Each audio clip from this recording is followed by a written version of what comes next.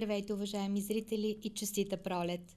В женския месец март, в поредното предаване на канал Рила "Смисъл за вас", ще ви срещнем с талантливо пишеща дама от Самоков, Виктория Георгиева.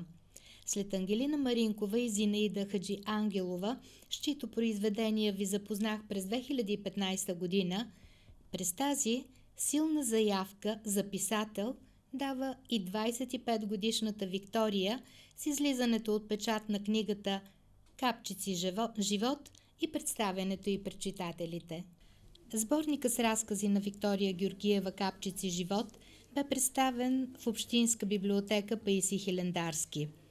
На стотина страници младата авторка е събрала 14 свои творби, писани в България и Испания. Първите си стъпки в професията прави във вестник "Приятел". След завършване на висшето си образование работи в телевизия.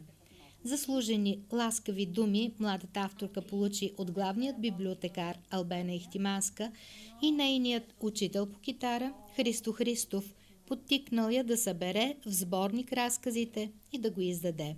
Какво още каза той пред нашия екип? Господин Христов, кое от изброените от вас в предговора качества на Виктория доминира в нея? Откровеност, човеколюбие, съчувствие, вяра в доброто, наблюдателност? Всички взети заедно. Вики е изключително интересно момиче. Значи, ако отделим един от тези елементи, ще загубят останалите. Тя е изключително чувствителен човек, много наблюдателен, което е много повече от нейната възраст, този житейски опит. Много философия има в нейните наблюдения. Има изключителна поезия, много човещина и може би, което на мен поне прави впечатление, мисля всеки, който прочете книгата, е голямото човеколюбие. Нещо, което рядко се среща, поне сега. Тя просто е един изключително жизнен човек, отворен към всички хора, обича хората. Това би я научи във всяка една дума от нейните разкази. Защо вярвате на Виктория? Защото няма никакво основание да не вярвам. Тя е много талантливо момиче. При мен учеше китара и там също ние се запознавахме с нея още много отдавна, може би преди 10 години. Не сте сърдит, че не продължи с китарата, а с писането? Разбира се, че не. Китарата е една от формите да проявява себе си.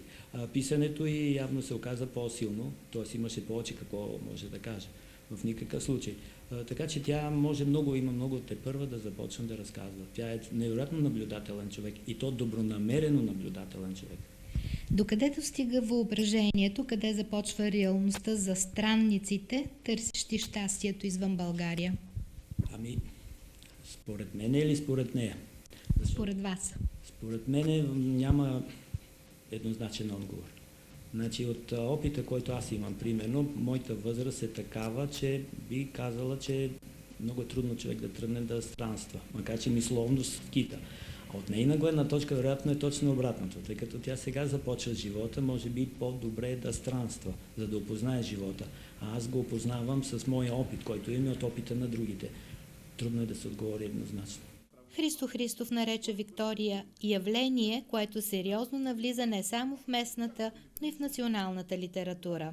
По неговите думи проличава майсторството на младата авторка в пряката реч. Дори утвърдени писатели срещнат трудности с нея, но Виктория с лекота и правдиво предава речта на героите. Изключително дълбока и метафорична е нейната философия, която блика от всеки разказ. Самата Вики изрази надежда пред своите приятели, гости и почитатели, че всеки, който се докосне до разказите й, ще се почувства по-добре. Ето и разговорът, който проведахме с Виктория Георгиева специално за вас, нашите зрители. Виктория, в началото искам да ви поздравя за тази книга, която е силно емоционална, зареждаща и се чете на един дъх. Казвам го не от куртоазия, съвсем искрено. Как избрахте заглавието? На капчици ли трябва да се живее животът или лакомо, бурно, с щедри и огромни дози? Специално за заглавието аз бях изпаднала в лека творческа криза, така да го нарека. Предадох разказите в редакцията без книгата да има заглави. И наистина не знаех какво да напиша, всеки ме търсеше, хайде, време да създадеш някакво заглавие. И си спомням, че беше един съботен ден в Барселона. Бях си у дома в апартамента и моята стая има прозорец, който гледа към един малък парк. Беше ветровито време и се загледах как листата се веят, така свободни от вятъра. И се замислих, че всъщност моите разкази в някаква степен показват живота. И живота е прекалено голям, обаче, за да напиша заглавие просто живот. От друга страна, капчиците ги свързвам с нещо много нежно, чисто, искрено и смятам, че това е по някакъв начин и посланието на моята книга. Затова нека нашия живот да бъде малко по-чист и нежен, искрен, като капчиците живот. А пъстър ли е вашият живот, така както пъстри са съдбите и животът на вашите герои и странници? Да, моят живот е доста пъстър, само че искам да подчертая, че аз никога не съм го търсила толкова пъстър. Той просто се случва. С различни емоции, с различни случки, както тъжни, така и щастливи. Значи късметлия човек сте. Живот в рамка. Възможен избор ли е за вас? Не, за мен определено не е възможен избор. Опитвала съм се наистина да влезна в рамки, защото когато, в моя случай специално, когато човек завърши средното си образование и му се наложи сам да влезе в живота и да се сблъска с дадени трудности и проблеми, малко по малко като че ли обществото се опитва да те вкара в дадена рамка. Аз наистина се опитах да влезна в тази рамка, но просто не мога да съществувам така. И предпочитам да рискувам, дори понякога да губя. Щупихте ли я или излетяхте от нея? По средата. И я счупих малко така агресивно и излетях, но съм доволна преди всички случаи от резултата, защото опита, който човек трупа, когато излезе от рамката, е като опит от университета на живота. Какво ви носи писането? Начин ли е да се справите с трудностите, както пишете в писмото си до нас, читателите? Писането ми носи успокоение на моята душа. Така да го кажа, определено е начин да се справя с трудностите. Както се шегувам, някои хора ходят на психолог, на терапии. Аз не съм имала тази възможност, не че имам нещо против това, разбира се. Просто моят начин да се справя с живота, понякога тъжен, както казах, е да пиша. Няколко въпроса, проистичащи от съдържанието на разказите, защото съм сигурна, че вашите отговори ще впечатлят моите зрители и те ще посегнат към вашата прекрасна книга. Кое е по-силно, приятелството или любовта? Визирам разказа ви в болницата. Доста труден и сложен въпрос. Не мога да отговоря конкретно. Защото в любовта има приятелство, а в приятелството има любов. Така че може би, както всяко нещо в живота, трябва да търсим баланса. Вие намерила ли сте го? Приятелството или любовта? Баланс. Търся го. Все още го търся, но смятам, че стъпка по стъпка, дори понякога да го губя и да губя себе си, важното е винаги да се намирам и да намирам съответно този баланс. Даваме ли си достатъчно шанс на любовта? Разказа двамата.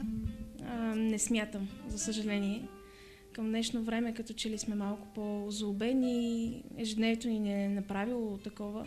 И когато говоря за любов, не визирам само любовта между мъж и жена, общо човешката любов, като че ли сме много затворени, наранени. И много ми се иска по някакъв начин да успеем да променим това, да разтворим сърцата си и наистина да дадем шанс на любовта. Носим ли в багажа си торба оптимизъм, изгубеният? Понякога я забравяме. И то за много дълго време, но торбата с оптимизъм могат да ни я донесат хората, които обичаме. Приятели, семейство, близките, които ни подкрепят. Цаката е там, моето момче, да си упорит. Упорити ли сме в добрината? Зависи от човек. Определено. Аз, за съжаление, срещнах доста лоши хора, но от друга страна, точно преди няколко дни, когато се прибрах в Самоков от Испания, и се замислих, че съм късметлия, защото съм срещнала и доста добри хора, които наистина са упорити в добрината си. И ако мога така да споделя, моят учител по китара, господин Христо Христов, за мен е пример в това отношение. Упорит в добрината си, ден след ден, седмица след седмица. Самотата, дар или наказание? Зависи отново от човек. Според мен всички неща в живота могат да бъдат дар. Стига да успеем да се умеем по-скоро, да видим позитивното в дадения урок. Самотата може да е едно много ценно като време, така да го кажа, в което ние да научим неща за себе си, да се развием и оттам нататък да я развием като подарък за другите по някакъв начин. Докато четях вашите разкази през цялото време, си мислих какви са вашите житейски уроци, че имате толкова дълбоки философски прозрения на тази крехка възраст. Житейските уроци, аз не съм се замисляла така конкретно. Аз просто се опитвам да живея и наистина, както казвам в писмото до читателя, да наблюдавам хората. Може би най-големият житейски урок е това да се опитваме да правим добро и да обичаме ближния си. Мечтаете ли вие като чужденката за спокойствие на духа и движение на тялото? Да, определено. Мечтая си отново да се върна към темата за баланса, защото спокойствието на духа отново е баланс. Далеч съм от идеята, че изведнъж живота ще престане да предоставя трудности на мен или на вас, или на който и да е. Въпросът е ние, дори в трудностите или в щастливите моменти, да намираме това спокойствие на духа. Движение на тялото, за щастие имах тази възможност да пътувам из Европа и се надявам да продължа да странствам. Случайно ли е финалното изречение в последния разказ от сборника "Дъгата не закъсня, цветният живот се появи"? Не е случайно от гледна точка на сюжета на разказа, защото исках да покажа, че по някакъв начин понякога се случва така, че дадена среща, случайна среща, да преобърне метафорично нашия живот и да направи нашето съществуване по-цветно. Прочетох, че имате заснети 2 документални филма. Кои са те и каква беше вашата роля? Искам вече да избягам от книгата. Надявам се, че достатъчно провокирахме моите зрители и вашите бъдещи читатели. Да преминем на общите въпроси. Тези 2 филма аз заснех, само да поясня, с програма Ателие, която е част от Alma Mater TV, от моя университет, Софийски университет Свети Климент Охридски. 2 филма бяха излъчени през 2014 година по БНТ 1 и БНТ Свят. Един е на тематика емиграция, а другия е на тематика книги. Проблема с емиграцията при младите хора. Аз участвах като човек, който е интервюиран и също така като сценарист, тъй като моите колеги, познати както в университета, така и в работата, знаеха за моето намерение да емигрирам. И се получи един сблъсък на тези. Трябва ли да останем в България или да си тръгнем? И защо? Какви са отговорите? Така че в този филм, професия журналист се казва филма, търсим отговори на тези въпроси. Защо избираме който и да е път? А другия филм е "Всички четат". Тъй като друга теза, която не ми харесва, така да кажем, в България, че има така като едно мнение, че младите не четат, хората не четат. Напротив, ние в този филм доказваме, че четем. Опровергахте всеобщото като че ли мнение в това отношение? Да, и смятам, че българинът като цяло трябва да се научи малко да гледа по-позитивно на нещата. Наистина знам, че живота ни е тежък, ежедневието ни е тежко.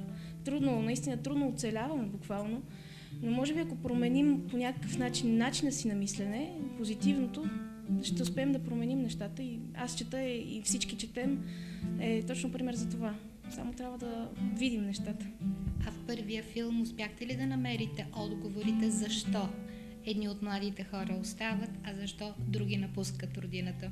Не, в този филм беше малко по-сложно. Отворен финал. Да, отворен финал, нямаме конкретни отговори и всъщност на мен това ми харесва, че по някакъв начин понякога взимаш едно решение, но след това вратата ти остава отворена и можеш да промениш решението си. Част от вашата биография е спортен журналист в електронна медия. Успя ли да ви грабне тази емоционална, според мен, журналистика, да ви завладее? Не само в електронна медия, имам предвид онлайн медия и в една друга телевизия. Надявам се, мога да спомена име на мой колега Сашо Диков, който аз наистина съм много благодарна за шанса, който ми даде, още докато бях в университета. Спорта е начин на живот, колкото и клиширано да звучи за мен. Аз от малко се занимавам с различни видове спортове. Тренирала съм баскетбол малко, много малко и волейбол. Това е истинската ми любов и всъщност спорта продължава да заема голяма част от моето ежедневие. Всъщност, вие не сте занемарили волейбола. Волейбол в свободното време, как се занимавате и какво мислите за волейбола на националния български отбор? Не съм занемерила волейбола. За мое огромно съжаление обаче в Барселона, където живея към момента, няма развит така волейбол на доста професионално ниво. Единственият развит волейбол е плажния волейбол. Така че от време на време поиграваме с приятели, но аз съм щастлива, защото успявам да съчетавам две работи и продължавам да пиша за един голям волейболен сайт, международен волейболен сайт. И това ми дава възможността да съм постоянно в досек с горещите точки, така да се изразя, на събитията и горещите имена на ежедневието. Относно нашия волейбол, отново една така доста разностранна тема. Аз съм на мнение, че при условията, при които тренират нашите волейболисти, младите ни волейболисти, това, което постигаме, е наистина забележително и мога да ви дам само като последен пример Европейското първенство преди няколко месеца в София, 4-ти в Европа. Да, знам какво е масовото мнение, отново сме 4-ти, отново нямаме медал, но нека да погледнем това, с което разполагаме и ресурсите, с които имаме. Според мен сме добре, но това не значи, че трябва да спираме до тук, трябва да се развиваме и да се борим да сме още по-добре. И аз съм категорично на това мнение. Не съм от хората, които обругават нашите шампиони по различните спортове, когато не са на стълбишката на победителите. Лесно е да подкрепиш победител, трудно е да подкрепиш този, който изпада. Тогава е момента на зрителя да го подкрепи, да уважи труда му. Всъщност, вашите родители бяха инициатори за създаването на първия клуб Самоков. Много приятно съм изненадана, че си спомняте точно това. Ами да, майка ми е бивша волейболистка, така преди доста години в Варна, ако не се лъжа, мога да объркам вашите зрители, не искам да съм толкова категорична. И аз чрез нея се запознах с волейбола, бях може би 3-ти или 4-ти клас, когато започнахме тренировки само с майка ми. Тя ме научи на първите технически елементи. Баща ми е друга страна, пък откакто се помня си е спорта, натура, футбол, баскетбол, хандбал и... Всъщност създаването на волейболен клуб Самоков за мен беше първия урок, че когато някой иска нещо и иска да се бори за това нещо и е заобиколено добър екип, добър тим, каквито бяха за мен моите родители, мечтите могат да се осъществят. Трябва да благодаря, разбира се, на много други спортни деятели тук в Самоков и не искам да изключвам тук нашата голяма спортистка Ива Шкодрева-Карагьозова и нейния съпруг Виктор Карагьозов, които ни помогнаха изключително много в първите моменти и след това. Въпреки че е парадоксално, европейска шампионка по биатлон, първата и стартова професия в родния и Самоков да бъде точно волейбола, но това е друга тема. Репортажи, документални филми, статии, разкази, може би романи, пътеписи. Кое ви е най-на сърце? Вау, ами не знам. Наистина всяко едно нещо от тези неща, които вие изборихте, носи различен заряд за мен и от време на време ми липсват. Ако примерно изоставя спорта за малко и се посветя само на литературата, започва да ми липсва много спорта. И се случва обратното. Ако занимавам само с спорт, започва да ми липсва духовната храна от литературата или филмите, така че баланс. Отново златната среда. С какво се занимава в Испания момичето, наследник на двама морски родители, прекарало детството си в Самоков? Ами, може би отново ще ви изненадам, защото се занимавам с нещо, което нито съм учила, нито бях работила преди това. Маркетинг директор на една известна българска козметична фирма, фирмата Рефан. Те са стъпили, аз също не съм била в Испания, на испанския и на португалския пазар през 2012 година, като развиват своя бизнес на база франчайз и всъщност те ми помогнаха за книгата, за което много бих искала да им благодаря. Намерихте ли в Испания себе си, свободата си, възможното щастие, мечтите си? Това пътуване към Испания по-скоро е пътуване към себе си, ако мога да перифразирам и да напомня за Блага Димитрова и нейната така велика творба, според мен. Дали съм намерила себе си? Към момента може би да, но аз съм отворен човек и смятам, че ние постоянно се развиваме и постоянно можем да надграждаме себе си и да търсим нови пътища. Важното е във всеки един момент да се опитваме да видим това, което ни прави себе си и да се опитваме да не се губим. Някога се случва и така, за съжаление. Това означава ли, че не сте направили избора България или Испания, а може би и друга държава? Не съм го направила, все още съм на ръба, така да се каже, не знам. За сега Испания, ще видим. Не мога да отмина с безразличие и корицата на вашата книга. Той и тя, с капки по дрехите, всеки по своя път. Ще се пресекат ли някъде пътищата им? Надявам се да се пресекат пътищата им. Корицата е дело на мой колега от фирмата. Той е испанец, каталунец. И ми беше доста трудно да му обясня какво съдържа книгата, защото трябваше да му направя кратко резюме. Всъщност идеята е негова, че той и тя, хората, ние вървим по своя път. И сме създадени от тези капчици живот. Надявам се да се пресекат пътищата им. Поздрави за илюстраторката, специално от мен ще предадете. Ще продължите ли странстването и света на писателите, както вие самата пишете, и с какъв жанр? Ще продължа, да, със сигурност, защото наистина се чувствам изпълнена с творческа енергия, нови идеи. Жанра обаче все още не съм избрала, нямам нещо така конкретно, което да мога да кажа, примерно работя върху втора книга или работя върху стихотворения и така нататък. Но със сигурност ще се опитам да запазя стила на писане. В обращението си до читателите вместо предговор Виктория пише: тези истории са плод на моя ход през живота. Вървя по пътя си и наблюдавам. Случки, срещи, хора, раздели. Докато пишех за героите си, докато съпреживявах с тях болките и щастливите им мигове, се молех да постигна този баланс, в който рамките, с които подхождаме към някого, когато се опитваме да го разберем, падат и повече не съществуват.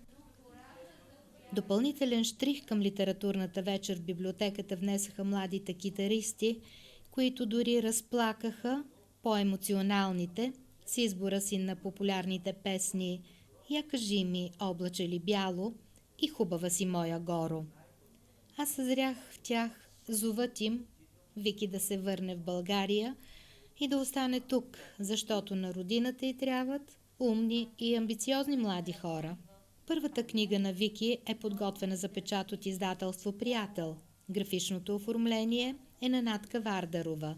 Художник е Спаска Александрова, а корицата, както вече стане дума, е дело на Серджи Граниен.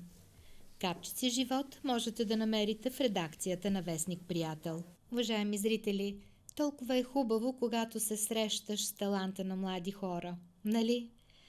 И толкова чувствителност, доброта, човеколюбие, състрадателност и разбиране притежава Виктория Георгиева. Искам да прочета последните благодарствени слова.